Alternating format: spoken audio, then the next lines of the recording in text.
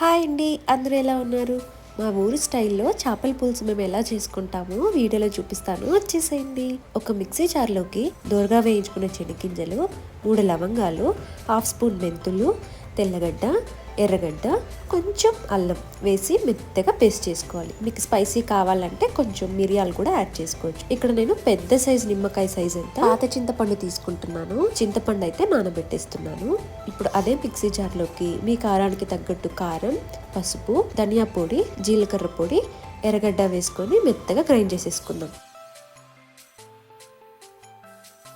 ఇప్పుడు మీరు తెచ్చుకున్న ఫిషెస్, అది చేపలు ఏదైతే మీరు కర్రీ కోసం తెచ్చుకున్నారో వాటిని బాగా నీట్గా క్లీన్ చేసుకోవాలి. మా సైడ్ అయితే ఉప్పు, పసుపు, చింతపండు రసం వేసి బాగా క్లీన్ చేసుకుంటాము. ఫైనల్గా వాటర్ అయితే తేటిగా రావాలండి, అలా వచ్చేంత వరకు కడుక్కోవాలన్నమాట.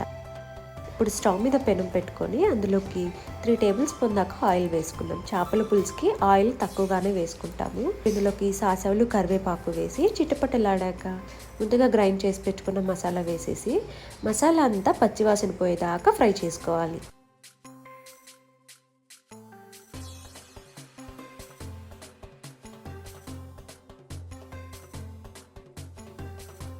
కొద్దిగా వాటర్ యాడ్ చేసుకొని ఒకసారి కలిపేసుకొని మూత పెట్టేసి 2 మినిట్స్ అలా వదిలేద్దాం. ఈలోపు మనం చింతపండు నానబెట్టాం కదా, అందులో నుంచి గుజ్జు సపరేట్ చేసేసుకొని చింతపండు సపరేట్ చేసేద్దాం.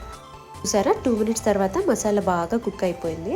ఇప్పుడు ఇందులోకి చింతపండు రసం వేసేద్దాం. చేపల పులుసుకి ఎప్పుడైనా సరే కొత్త చింతపండు కంటే పాత చింతకాయ అంటే నల్లగా ఉంటుంది కదా, ఆ చింతపండు పులుసు అయితే చాలా బాగుంటుందండి.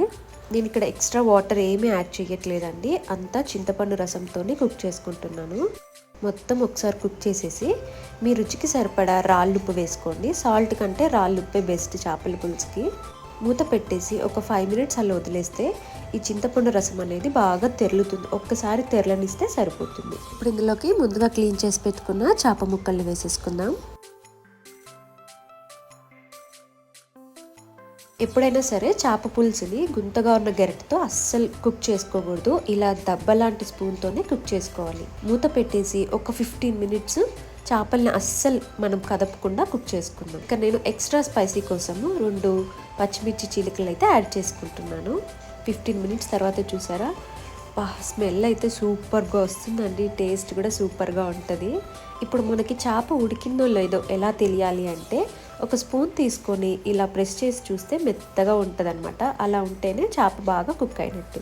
అంతేనండి, మా విలేజ్ స్టైల్లో చేపల పులుసు పుల్ల పుల్లగా, కారం కారంగా చాలా బాగుంటుందండి. మీరు కూడా ట్రై చేసి ఎలా వచ్చిందో కమెంట్ ద్వారా తెలియచేయండి. వీడియో కన్నా నచ్చినట్టయితే వీడియోకి ఒక లైక్ చేసి ప్లీజ్ మన ఛానల్ అయితే సబ్స్క్రైబ్ చేసుకోండి.